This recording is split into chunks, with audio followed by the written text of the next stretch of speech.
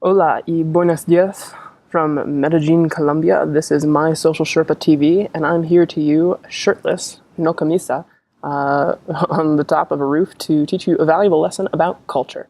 So this morning I went for a run. I actually just got back, which is why I'm not wearing a shirt.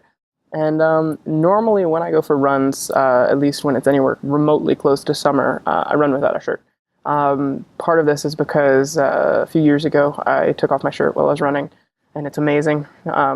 Ladies, I'm sorry. Men, it's awesome. If you haven't done it before, just wind, it's awesome. It feels amazing.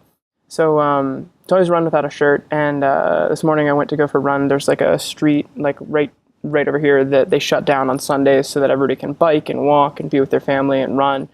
And someone told me about this, so I went down there to go for a run and just, put on my running shorts and put on my iPad on my arm and went out like I normally do, not really thinking anything of it.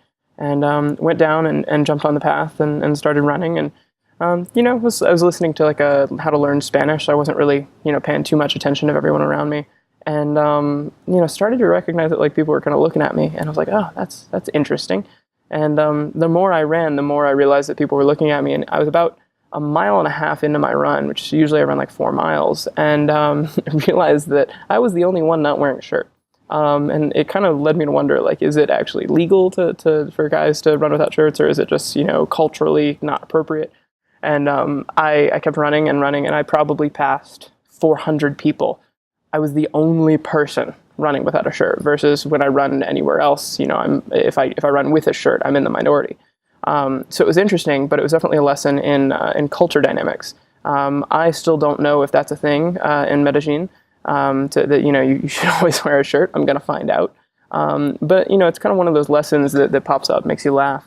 When you're doing marketing or advertising or communicating with any kind of audience, you have to consider cultural differences.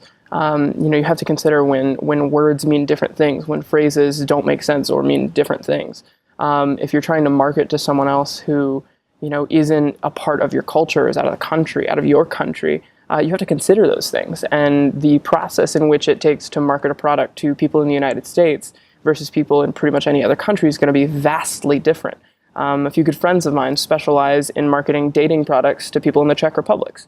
What they do would never work in the United States, and nor would what works in the United States work there.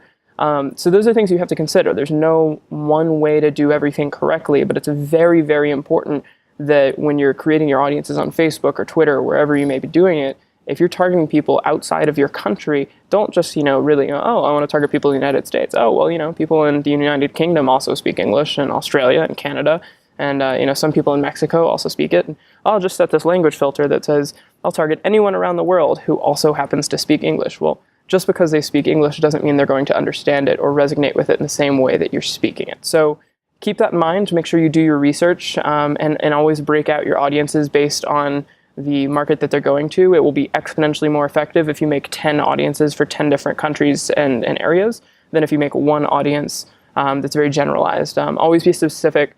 Always consider culture, and go forth. I hope this valuable lesson and me san no camisa was helpful to you. And let me know what you'd like to hear next, and make sure to click the subscribe button, which will be here. And I'll see you on the next video. Talk to you soon.